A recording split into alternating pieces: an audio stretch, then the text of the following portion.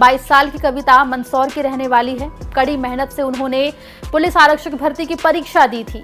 उसका रिजल्ट आया। रिजल्ट में उनको पहले क्वालिफाइड बताया गया, लेकिन जब अगले दिन कविता ने अपना रिजल्ट देखा तो उसे नॉट क्वालिफाइड बताया गया, जिसके बाद कविता ने फैसला लिया कि वो चुप नहीं बैठेगी और इस मामले को कोर्ट लेके जाएगी। आपको बता दें कि मंदसौर की 22 साल की कविता पुलिस आरक्षक भर्ती के लिए पिछले 3 साल से काफी मेहनत कर रही थी। 22 जनवरी को कविता ने बड़ी तैयारी और मेहनत से परीक्षा दी।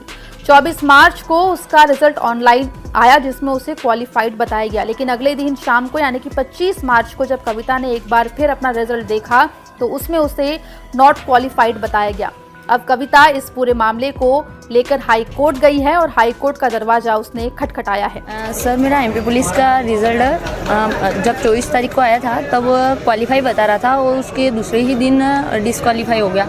इसलिए मैं चाहती हूँ, मैं पीएबी के अगेंस्ट कंप्लेंट करना चाहती हूँ और मुझे न्याय चाहिए, इसलिए मैं यहाँ तक आई हूँ। क्या रहा, किस दिन रिजल्ट आया था, कैसे क्या? सर, मेरा 24 मार्च को रिजल्ट आया था, उसमें क्वालिफाई बता दिया था मुझे, और उसके दूसरे दिन मुझे पता चला किसी से कि रिज़ल्ट अपडेट हुआ है, तो मैंने एक बार फिर से चेक किया तो मेरा रिज़ल्ट नॉट क्वालिफाई आ रहा था। एक बार बताइए, पहले आपको लगा कि आपका सिलेक्शन हो गया, फिर एकदम से आया कि डिस्क्वालीफाई हो गया, क्या कैसा लगा आपको? नहीं सर, मुझे बहुत बुरा लगा। मैं एक तरह से डिप्रेशन में आ गई, क्योंकि मैंने बहुत मेहनत की है सर इसके लिए, और मैं प्राइवेट जॉब के साथ पढ़ाई करती हूँ, तो मुझे लगा अगर क्वालिफाई हो गया तो मैं बहुत खुशी हुई थी सर मुझे एक तरह से, और मुझे जब डिस्क्वालीफाई का पता चला तो मुझे बहुत बुरा लगा सर।